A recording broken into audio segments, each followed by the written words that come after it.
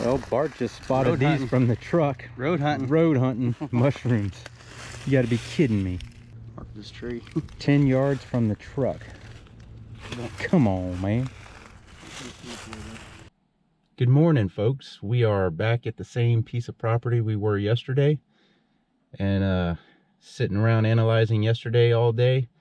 Not happy with the way I approached it. I don't think I approached it like a average turkey hunter, but as a not even a novice, just didn't approach it very well. So I'm not happy with that. So I'm going to make some adjustments today based off some information from last year and this year. There's been in this one little corner between a field, a road, and this big creek back here that there seemed to always be a gobbler or two in, and then it seems like they follow the creek. Well, yesterday I had encounters with a gobbler. He was gobbling down by the creek, and I was up more kind of on the road, and that was like 10:30, 10:40, 11:15, and 12:30.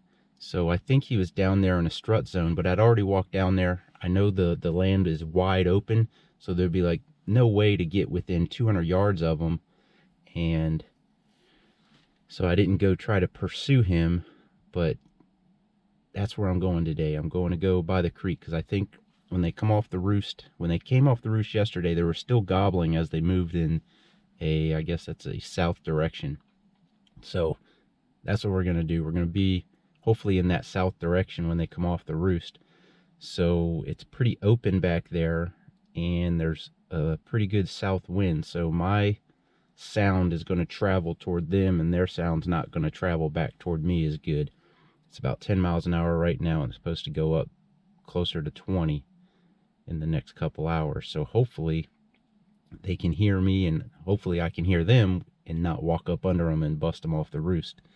So I'm going to try to hang back a ways until I start to hear gobbling, and then try to push a little closer to them. Hopefully find a good spot, because I'd like to be in the spot where I kind of had him marked yesterday where he was gobbling at. And so if I can find a nice setup in there, it's probably not much reason for me to move today. Finally, I got some little bit of sleep last night.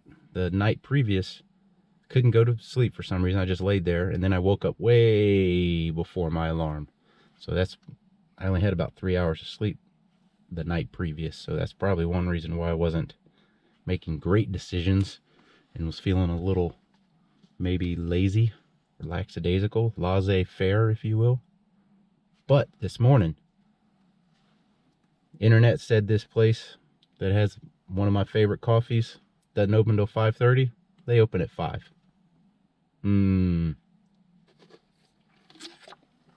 So we've got hot coffee instead of canned coffee this morning. Morale is good. Morning, folks. I don't think you can see me, but you see just a little light in the camera. Seems a little early, but I've already had a gobble. It's not that far up, so I'm going to go ahead and mask up, glove up, and really kind of start looking for spots. I've busted one turkey off the tree. I don't know what it was. Busted him off the limb way back here, but what do you do? There's a gobbler down here. We shall see what we come up with. All right.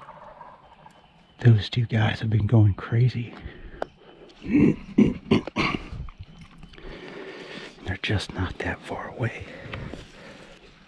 Maybe closer than I wanted. But it's time to start letting them know that I'm over here.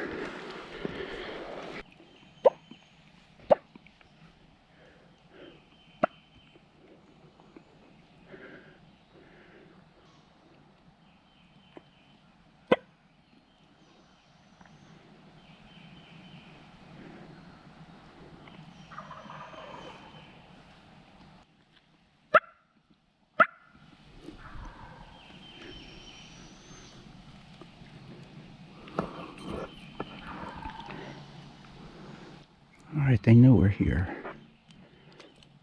Definitely sounds like two.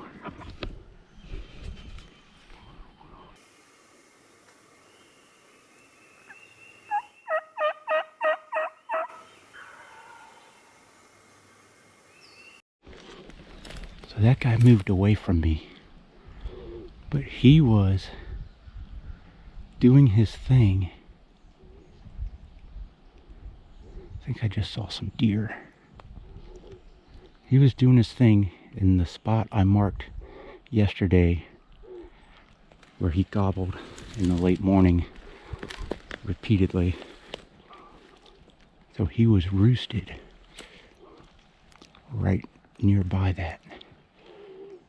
So his last gobble was good ways off. He must have a good spot up here that he feels comfortable in. I didn't realize this kind of mess was between us.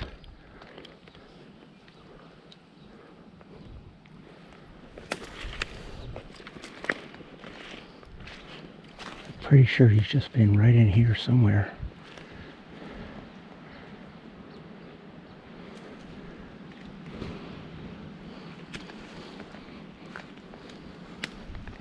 They gobbled a little earlier than I expected and a little closer than I expected.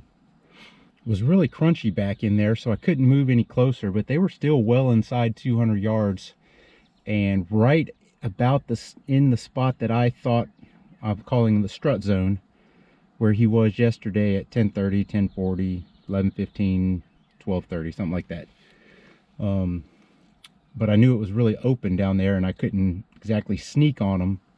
But I should have probably tried to get in his bubble. I probably should have tried to get to 100 yards yesterday and then called to him and see if he'd come up to me.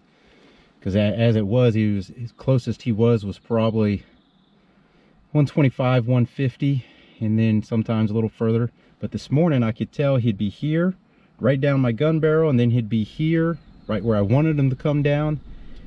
And so it seemed like he was moving back and forth up there. Not that far out. So I think what I'm going to do now is, I just stopped by the car since I was right by it anyway. I'm going to finish my coffee and I'm going to go in there. I'm going to set up in what I think is his strut zone.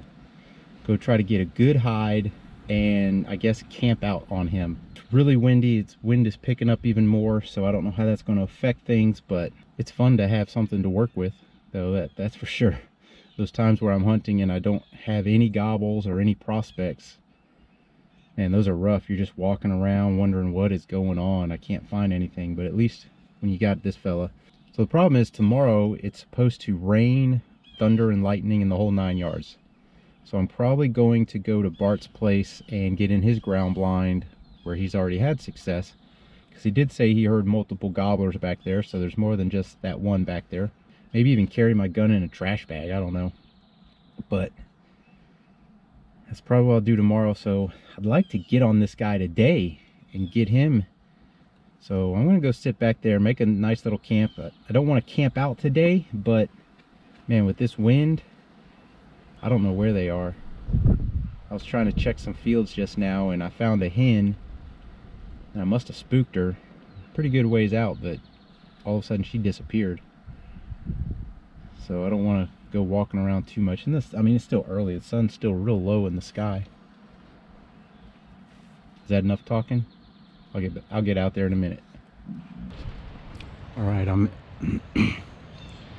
in what I think is his strut zone. We've got some nice grassy area here. It's kind of flattish. It's kind of high. The wind at ground level is not bad at all. You got this maple tree that's been pushed over. Looks like it creates a nice chunk of shade right there. I got decoys out here. They're out there a piece, probably 35 yards. But from where they're at, that drainage I showed earlier is behind them. So if he comes along anything on the other side of the drainage, he'll be able to see them. If he comes down this finger, he'll see them. And I should be tucked back in here pretty good. The sun is gonna continually set in this direction. Hear all that wind? So I think I'm gonna have some snacks and then just every so often hit the box call to try to get my sound out there. I had to I put 2 sticks on each side of the Jake's tail so he won't spin around like crazy.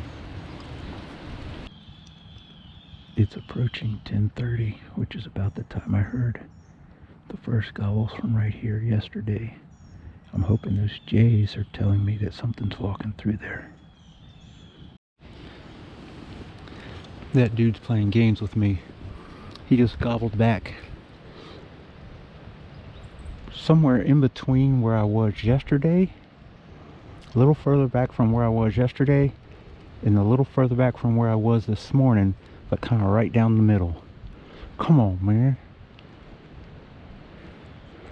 I think I'll hit him with the box call here in a minute, because I bet he's coming this way. It's been an hour since I last heard him. I think I'm gonna, and I've got just over an hour of legal time left.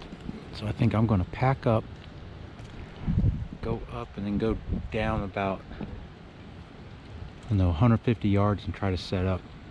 He sounded pretty far away on his last one, like maybe further than the first time.